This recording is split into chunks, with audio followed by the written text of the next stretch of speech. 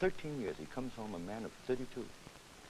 And they started telling me I couldn't talk to myself. In a television studio in Washington on August 28, 1963, a small group from Hollywood, California joined to give their own personally held views of the civil rights gathering which took place on that day. Never once did you give him Here, as citizens committed to the cause of civil rights, are very sympathetic. James Baldwin, And yet I had to do something very difficult, Sidney. Harry Belafonte, He's intelligent and articulate, but he's also Marlon Brando, turned up. Yeah. And the problem I Charlton faced was Heston, human sympathy, but I had to be a relentless and Joseph Mankiewicz, get his story, and to be sympathetically implacable. Yeah. and Sidney Poitier. Done. To press him without being mean to him. The moderator, David Schoenbrun. Gentlemen, I think that it's about time to begin our discussion.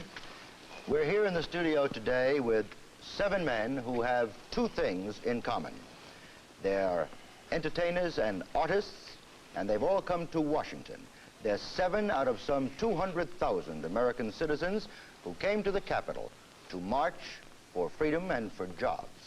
They came from many states of the Union and in many states of mind. They came with many different involvements. Some of them who came here to Washington were long-term fighters for civil rights. Some of them have joined only very recently, but perhaps just as intensely. Perhaps we can start with these men and ask each and every one of them to tell us very succinctly to begin the discussion what brought them to Washington and how long they've been on this road, this march for jobs and freedom. Let's begin with a very well-known American novelist, one of our best writers, James Baldwin. Mr. Baldwin, what brought you to the March on Washington? I could say the fact that I was born a Negro in this country. More concretely, I felt there was no way for me not to be involved with what impresses me as being the most significant, the most important, the most loaded demonstration to free Americans that has ever happened in this country. Well, we'll talk more about that later, but first let's quickly get from each and every one of you. Mr. Brando, have you been on this road for a long time? I don't know. There was a time when nobody was on the road, really. There was a time when Rosa Parks stood up in a bus in Montgomery, Alabama, and from that date, the Montgomery bus boycott took place, and somewhere in the 50s, 18 Negroes in a Georgia prison camp broke their legs with sledgehammers to bring attention to the condition that they were in, and slowly, bit by bit, I became involved in this issue, and I guess my springboard was listening to Martin Luther King speak about the woe and distress in California. Joe Mankiewicz, writer, producer, director. Well, like all Americans, I've been involved in what I call human rights ever since I was born in this country. I think that what has happened to me recently is that I've become violently aware of the urgency of human rights in America now. The fact that this is an inalienable thing and something that must exist if America is to exist and if our image is to exist and if our moral fiber is to exist. And this urgency and my awareness of it brought me here. I felt this sense of urgency myself, Mr. Poitier, and I noticed today, all day long, in all of the speeches and all of the placards, I saw the word or heard the word now, now, now, repeated with insistency. Was it for you a case of urgency and now, or has this been something that you've been fighting for a long time? Well, the nature of my life over the last 36 years has been such that the urgency that was evident today has been bubbling in me personally for most of these years, at least most of the years I came into adulthood.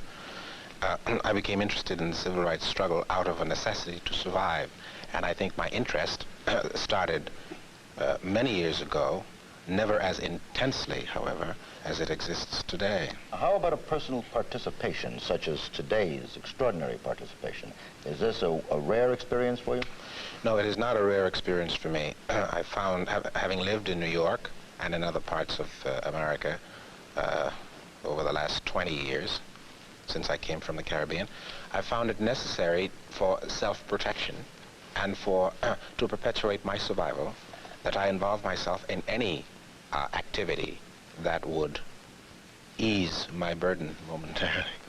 And what was the involvement of Mr. Charlton Heston? 2 years ago, I picketed some restaurants in Oklahoma, but without one exception, up until very recently, like most Americans, I expressed my support of civil rights largely by talking about it at cocktail parties, I'm afraid. But again, like many Americans this summer, I could no longer pay only lip service to a cause that was so urgently right and in a time that is so urgently now. Mr. Belafonte, many of us have felt, I particularly as a reporter around the world, I've seen things happen in certain countries at a given moment where what the French call a prise de conscience takes place, a sudden awareness of the problem. Now, I know in your case this hasn't been sudden. You've been very active in the civil rights movement, have you not? Yes, I have. Could you tell us a bit about your own role in civil rights? Well, civil rights are something that I inherited, or at least a struggle for civil rights. I got it from my mother and my father, and they got it from their mothers and their fathers. And to be in Washington today was for me an accumulation of a number of generations of black Americans who have been trying to appeal to the conscience of white supremacy and a superior force that has denied and disenfranchised the Negro for so long. And that to be in Washington was for me today a beginning, really, a kind of a climax to generations of hope. And having been deeply immersed in the civil rights struggle and having been at the beginning of so many important civil rights issues in this country and demonstrations, it was indeed a very powerful moment to see 200,000 people, mostly black people, but also white people, and to know that a nation such as America, and the reason that I struggle with it so hard and I grapple with it so hard is because I really believe in the potential of this country. And this country has not realized its potential. It has not even begun to scratch its surface in the humanities. And because I do feel strongly about that potential and because of the kind of inheritance I've had, it was necessary for me to be there today. Mr. Belafonte, you are, I think, one of the lieutenants of Martin Luther King, who was one of the most respected leaders of the movement. We all heard Mr. King say today that this was perhaps the greatest day for freedom in modern American history. Perhaps we could ask Mr. Brando to tell us what that means to him. Do you think then, if it's the greatest day for freedom, that this is the beginning of some tremendous change in our country? And if so, how do you see it developing? Well, this is a revolution, of course, that is sweeping our country now, and that if it ends up properly, perhaps Indians will be given some of their land back that they have rightful claims on by treaty. Certainly the benefit of all minorities, Jews, Filipinos, Chinese, Negroes, Hindustani, Koreans, all people will benefit. Today was an unprecedented event in that it is the only time in history, I believe, in America when over 200,000 people have gathered to say with one voice and with one spirit, one cause. And I think that it's easy to oversimplify this problem. The problem seems to me a subtler one, and it has to do with hatred. It's true that the Avambundu tribe, which roamed from an area of, I think, Tanganyika to Angola, was responsible for the acquisition of 15 million of their fellow Negroes, citizens, and sold them into slavery. Certainly the cruelties that have gone on in between the white races will testify to this inherent anger that all men feel. And no matter where you look, whether it's in Franco's Spain or Chiang Kai-shek's government or in some of the South American countries, the distress that you see in Haiti today gives evidence of the fact that we are all, as human beings, filled with anguish and hatred and fear.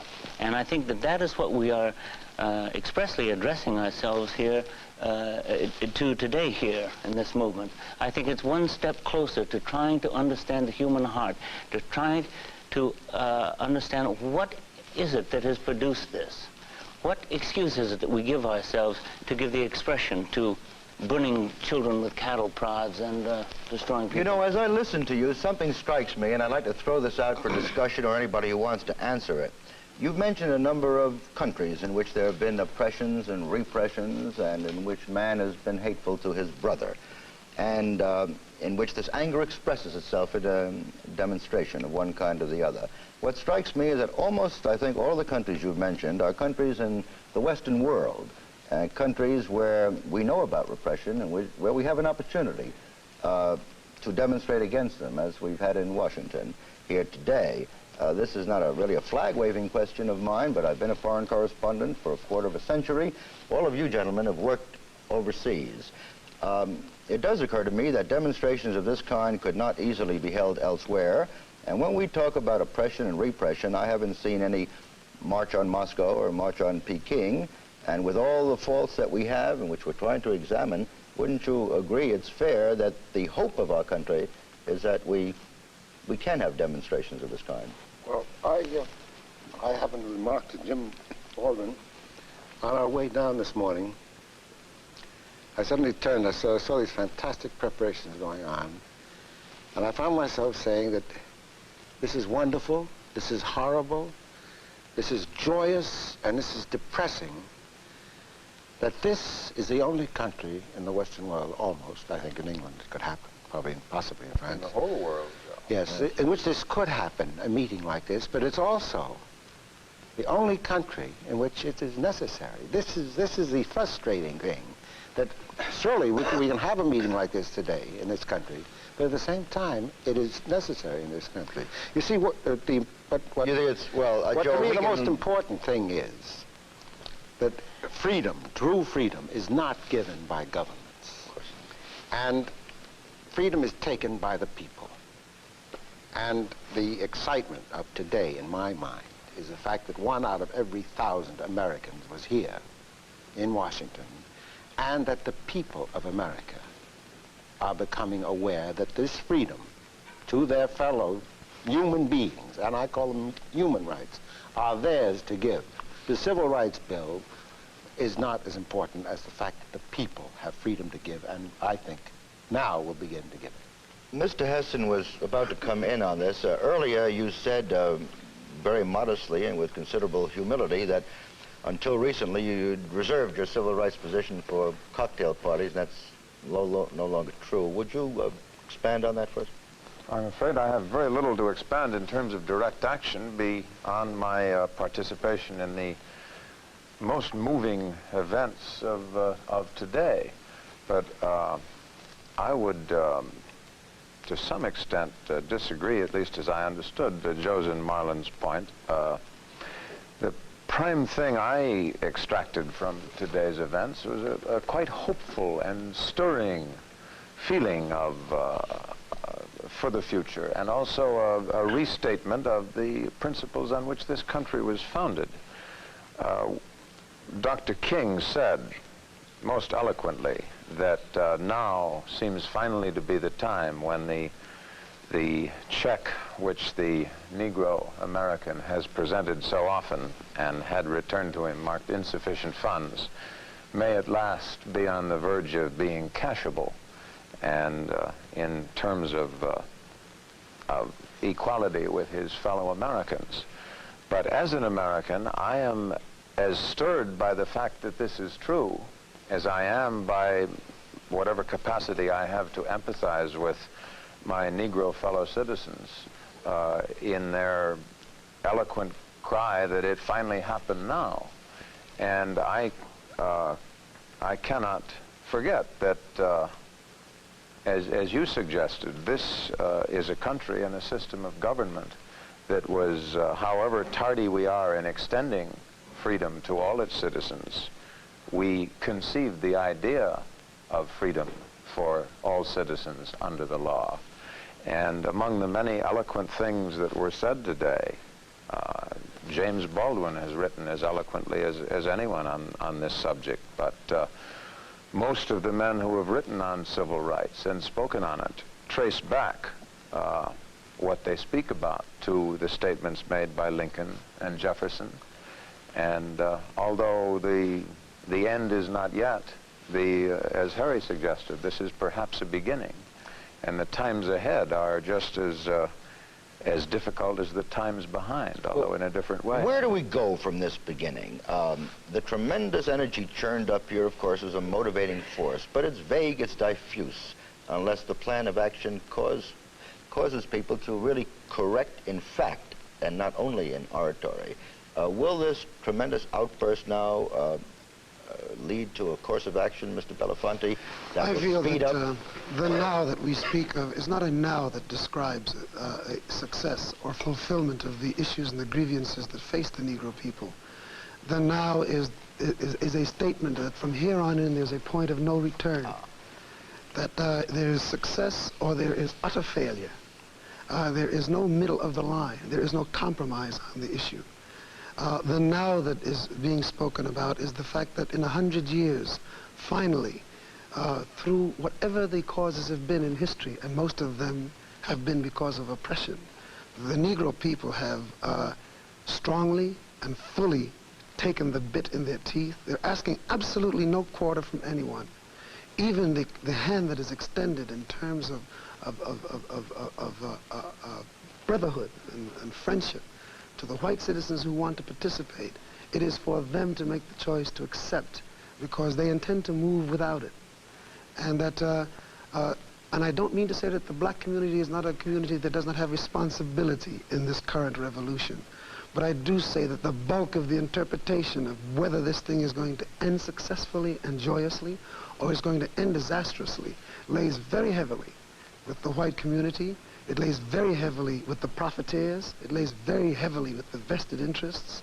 It lays very heavily with a great middle stream in this country of people who have refused to commit themselves or even have the slightest knowledge that these things have been going on.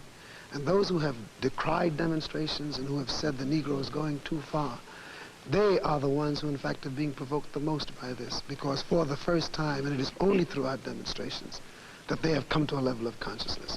And in this now that we speak of, it is this point of no return, because we are on the march, and there is going to be no return from it, because the march in Washington today is one thing, but it doesn't end there. There are going to be marches again, and there are going to be marches in the local villages and in the local cities, and it's not just in the South, it's in the North, it's all over. Mr. Baldwin, we've heard Mr. Belafonte talking about point of no return. I've seen every head here nodding when he said that. He also mentioned responsibility, and I think that everybody has demonstrated that in Washington today.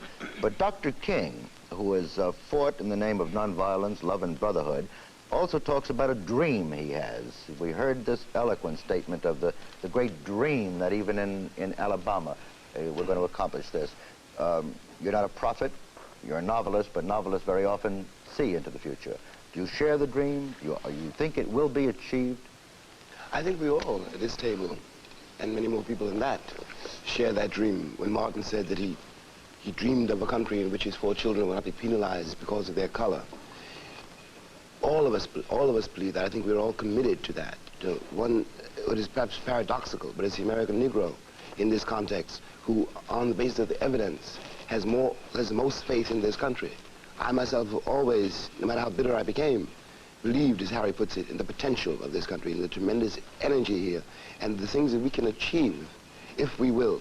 The importance of today, in my mind, is that for the first time in our history, and for the first time in 100 years, the nation shows some signs of really dealing with its central problem, instead of, as it has done for 100 years, avoiding it, evading it, denying it, lying about it, pretending it did not exist. The country will have to now go to work, and very hard work, very dangerous work, to change itself, to achieve this dream that Martin was talking about. And if we do not achieve this dream, we have no future at all. Do you believe we will achieve it?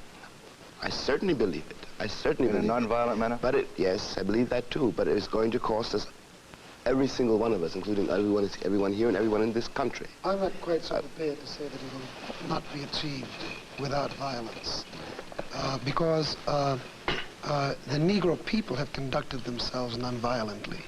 The 200,000 people that were there today, there were many predictions, and one could take book on whether there would be a display of violence by all the extreme factions and whatnot. But the truth of the matter is that the people who came to that gathering today were people in great anguish, who have come from the Birminghams and come from the Jackson, Mississippis, and they came there with anguish and with hurt and with dignity and with integrity, and it was one of the most orderly displays I've ever seen of 200,000 people with grievance. I never seen anything like it. And if the Bull Connors continue to release dogs on the people as an answer to their legitimate cries, if they continue to use cattle rods to prod them, if they continue to use hoses to whip them through the streets, the human heart and the human body can only contain so much. There must come a point, if they are pushed to it, for retaliation. So once again, I put the emphasis on who it is that will precipitate it, because I do believe that the Negro community, I think that I can speak for most of the 20 million Negroes, are committed to this thing being done nonviolently. They have already displayed that. They've displayed it very eloquently since the Montgomery bus strikes. Yes. And I also must say one other thing, because I know we must move on and others must speak. But when you speak of Peking and you speak of Moscow and you speak of other centers in the world where a demonstration like today could not take place, yes, I accept that.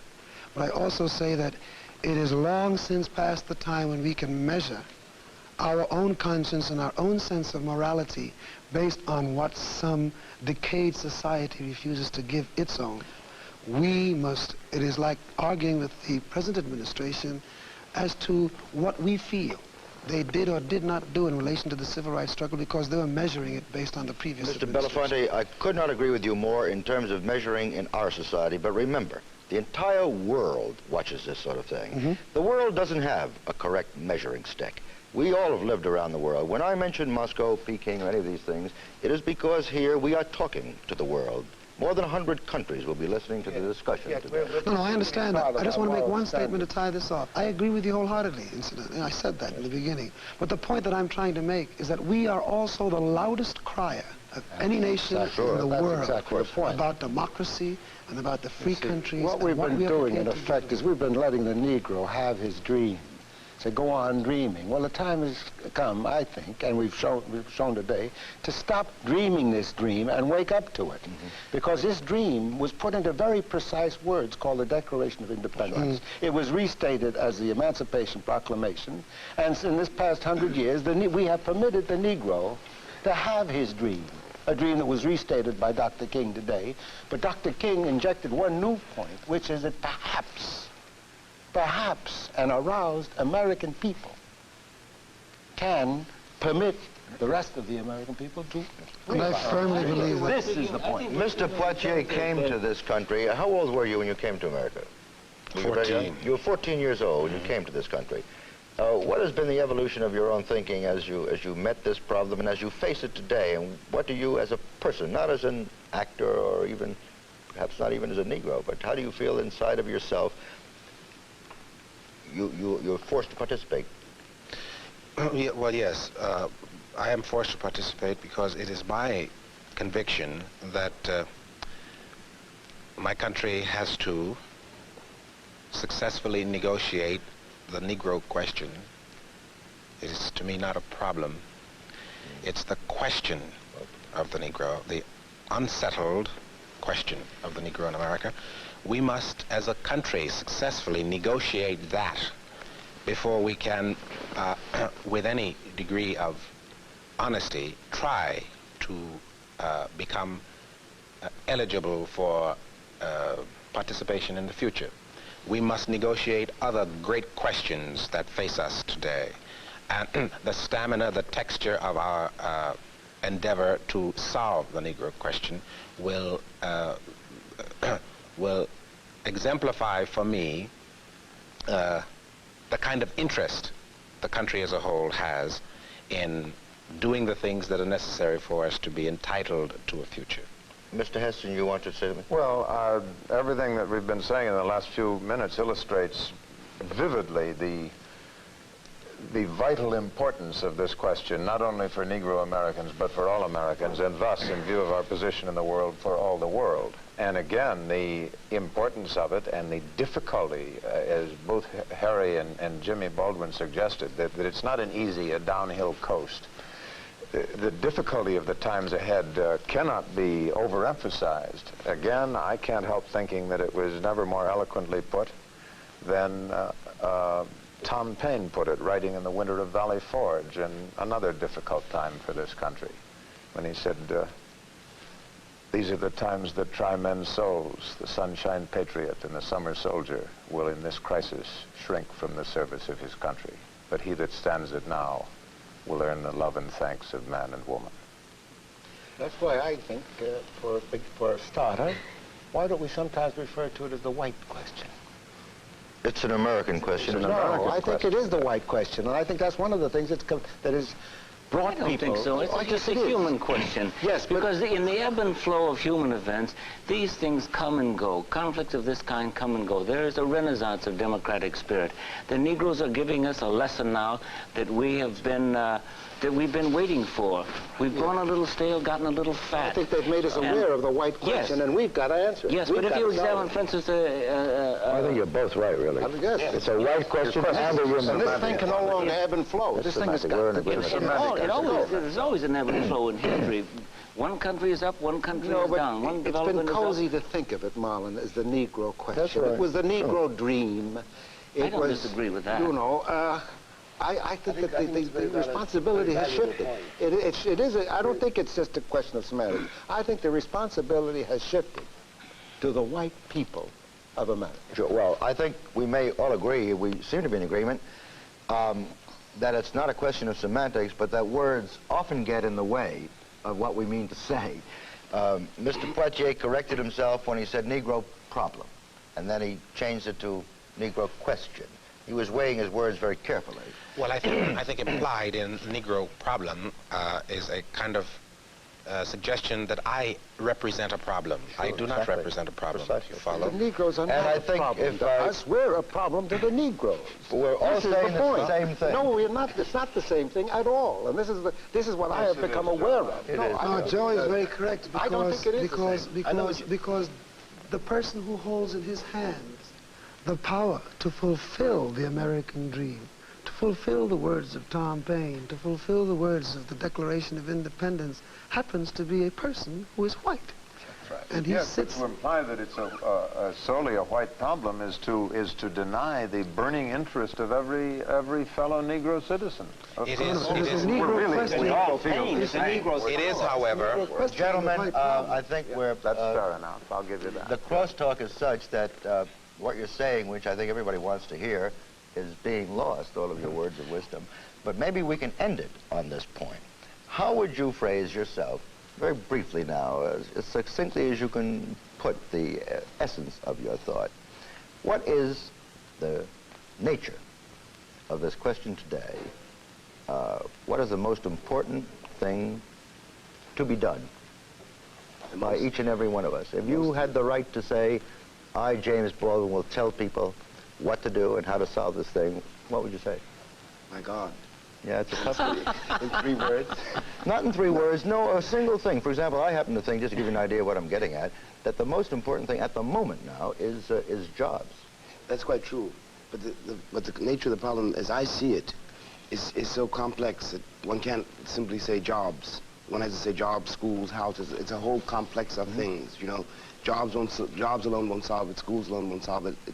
It's in the social fabric, you know.